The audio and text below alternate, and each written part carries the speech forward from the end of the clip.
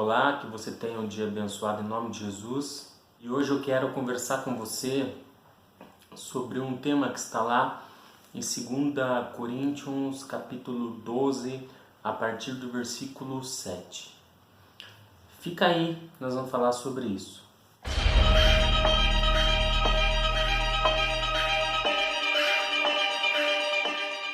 E se você não é inscrito no canal, vai lá, se inscreve, compartilha, dá o joinha e deixa nos seus comentários também sugestões de temas para que a gente possa estar conversando aqui neste canal.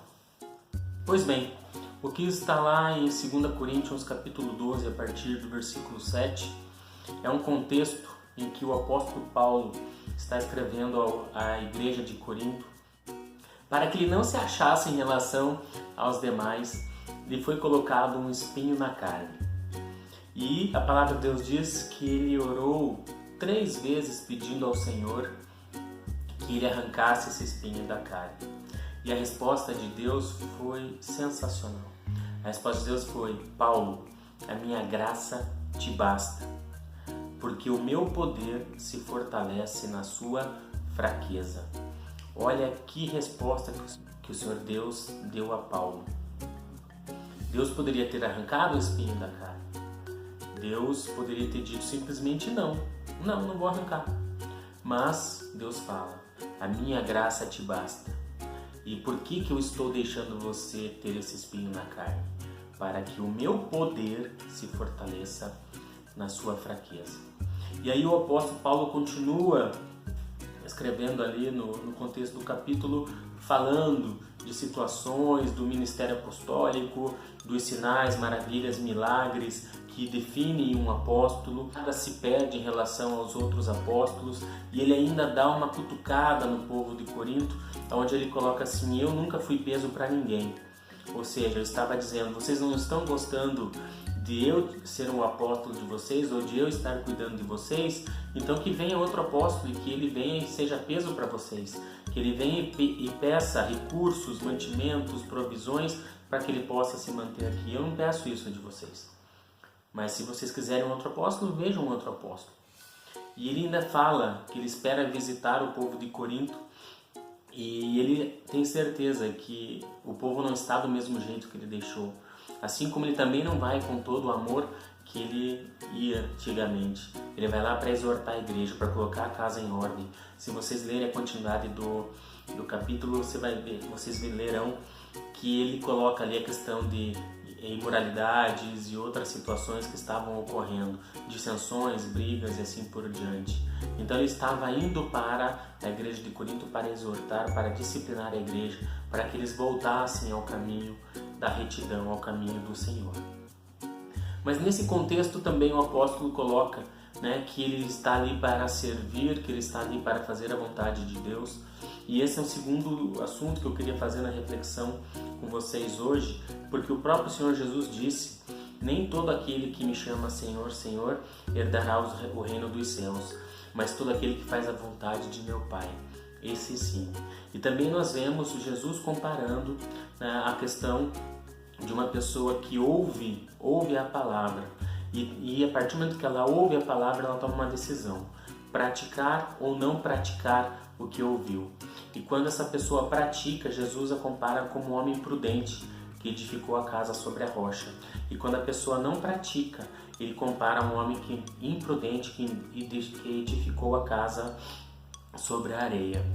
E que vieram dificuldades, circunstâncias, situações da vida, mas porém aquele homem que pratica a palavra de Deus, ele está firmado na rocha. Ele diz que nenhuma adversidade derruba aquela casa. Já quem está com a casa construída sobre areia diz que vem as mesmas adversidades e essa casa cai, e grande é a ruína desta casa. Então eu te digo, hoje nós temos vários meios, mecanismos, formas de disseminar a palavra de Deus, disseminar as boas novas, e cabe a nós tomarmos a decisão de praticar aquilo ou de não praticar aquilo. Se praticarmos, estamos sendo considerados como homens prudentes. Se não praticarmos, como homens imprudentes. E que também nós vemos a questão de fazer a vontade de Deus. Nem todo mundo que está congregando numa igreja, numa denominação, que vai aos cultos ou na missa nos domingos, que vai lá e fala de Jesus, mas se não fizer a vontade de Deus, esse não vai herdar o reino dos céus. Olha que exortação que a palavra nos dá. Nós temos pessoas que podem chamar Jesus de Senhor, mas podem não entrar no reino dos céus, porque não está fazendo a vontade de Deus. Mas qual é a vontade de Deus, afinal? Cada um tem um propósito no reino, no corpo de Cristo. Nós precisamos identificar qual é esse propósito, essa vontade de Deus. A vontade não é a mesma para todo mundo. Cada um tem um papel e uma importância dentro do corpo de Cristo. E nesse sentido você precisa entender as Escrituras, porque existem ações que são individuais e ações que são comuns a todos os cristãos. Por exemplo, uma ação comum, quando Jesus fala amarmos a quem nos odeia e orarmos por aqueles que nos perseguem. É fácil orar por quem a gente ama, difícil é nós orarmos por quem nos odeia ou por quem nos persegue, mas Jesus manda nós fazermos isso. Jesus manda num contexto de nós fazermos sempre além do que nos é pedido, quando Ele dá o exemplo de andarmos a segunda milha, de darmos a capa além da túnica, de virarmos a outra face quando nos esbofeteiam. Então é sempre fazer o inesperado, sempre fazer algo a mais do que é esperado de nós. Isso é algo que é comum a todo cristão. Nós vemos também a questão de fazer o bem sempre que possível, desde que a gente saiba fazer o bem e a gente tenha condições de fazer o bem, nós temos que fazer sempre.